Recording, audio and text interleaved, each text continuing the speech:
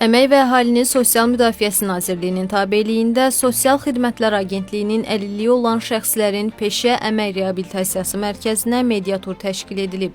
Media nümayəndələri müəssisədə yaradılan şəraitlə burada əlilliyi olan gənclərə göstərilən xidmətlərlə yaxından tanış olublar. Onlara məlumat verilib ki, mərkəzdə 15-29 yaşlı əlilliyi olan şəxslərin müxtəlif peşələr üzrə peşə hazırlığı və peşə reabilitasiyası həyata keçirilir.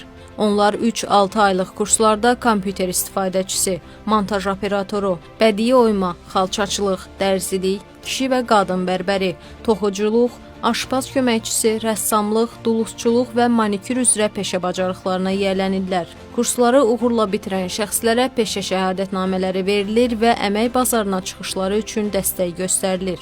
Mərkəzə qəbul olunanlar burada dövlət hesabına yataqxana, yemək, sosial-psixoloji və tibbi sosial xidmətlərlə təmin olunurlar. Müəssisədə gənclər peşə kursları ilə yanaşı, musiqi dərnəyi, dizayn dərnəyi, stolüstü oyunlar, paralimpiya idman məşqlərinə də cəlb edilirlər. Mərkəzdə 2025-ci ildə daha 445 nəfərə xidmət göstərilib.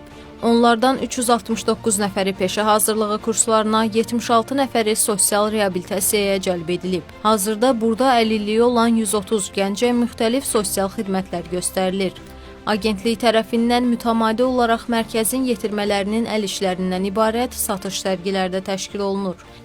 Nazirliyin tabeliyində Sosial Xidmətlər Agentliyi tərəfindən həssas əhali qruplarından olan vətəndaşlarımıza, xüsusi qayğıya ehtiyacı olan şəxslərə müxtəlif sosial xidmətlər göstərilir və bu sosial xidmətlər səyyar, stasionar və yarım stasionar formada həyata keçirilir. Stasionar formada həyata keçirilən xidmətlərimiz əlbəttə ki, müəssisələrimiz vasitəsilə həyata keçirilir ki, bu müəssisələrin sayı da ölkə üzrə ümumilikdə 21-dir və bu ilin ötən dövründə 21 müəssisəmiz vasitəsilə ümumilikdə 3200-dən çox həssas kateqoriyada olan vətəndaşımıza müxtəlif sosial xidmətlər göstərmişik.